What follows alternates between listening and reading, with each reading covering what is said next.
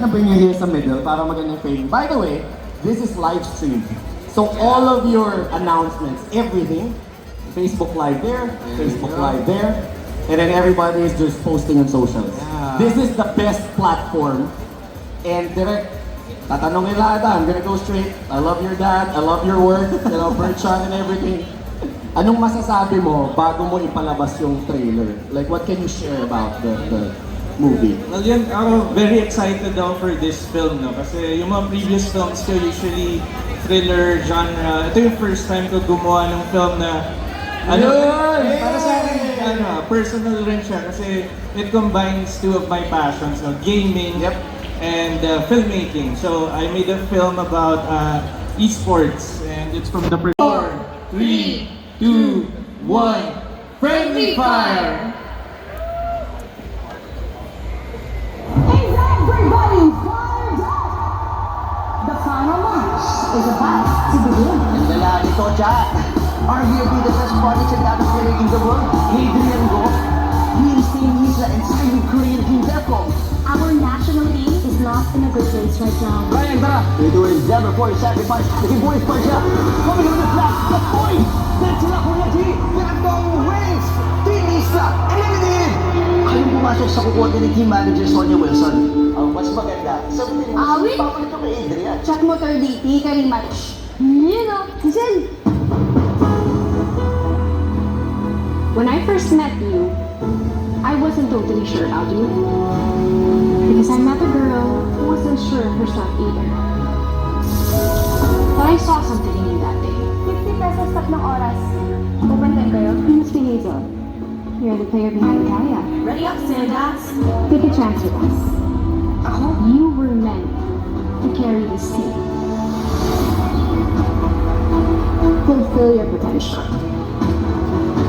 Handa ng mundo na makita si Kaya. It's time to show us what you got. Lakas maka-pressure. No pressure. Match time. Let's go! Chat, ako lang ba ang hype nito sa bagong player ng Team Isla? Winning streak ang team ngayon. Panalo din si Kaya! Pumunti ng lahat! Araw-araw nakita din nila. May proud din sila sa atin. Proud to be Team Isla.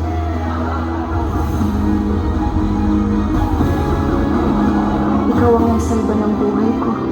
Hindi kayo nagkamanisip ang pili sa akin. What makes you think that Kaya is in there? Magkita tayo sa Granite. Team Isla, Golden Philippines! Are you ready? Doon makikilala mo si Kaya. Ultimate ready! Team open first!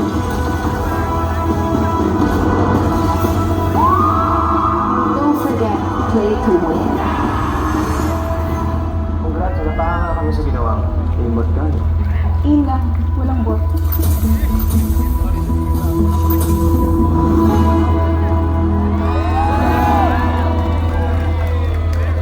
Yun naman!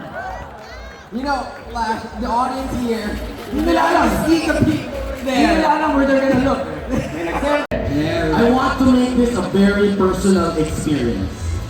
21st year na Toy-Con. Toy-Con is literally legal to do anything. Drink, drive, vote. Tandaan na Toy, you have a very loving crowd in front of you. You have a live stream.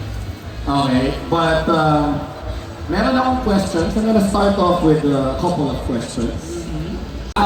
Siguro siya pag nanatalo ka parang, okay, game. Tapos pag hindi ko na kaya, kuya, pakitapos naman ako. Kasi hindi ko mga kapatid ko yung naging tudo sa akin. Tapos, Ako, kasi, para sa Friendly Fire, inaaral ko talaga maglaro ng mga computer games. Pero ako kasi pag sa taping, nalaro ko lang yung ML. So, ganyan lang. Pero yung character ko doon, si Leslie, so sniper siya. So, medyo dikit siya sa character ko dito kay Kyle. Okay. Pero wala yung sa bata, ako 6 lang nilalaro ko. Bakit? Competitive naman ang Sims ako. bakit ka ng bahay? Yung nilalaro ko. 6 players, taas kamay. Competitive ang Sims o hindi? Palakihan ang bahay, no? That's your answer right there. Okay, balik ako ulit. Every po, sana supportahan po natin ang esports film para sa atin ito. Let's go! Yeah! Ayan, sa inyong lahat, panoorin po natin ang Friendly Fire, directed by Mikhail Red. Makapanood po natin dito si Loisa. Music up! Dito na ba kami sa gitna habang nag-play trailer? Pwede! Pwede rin, no?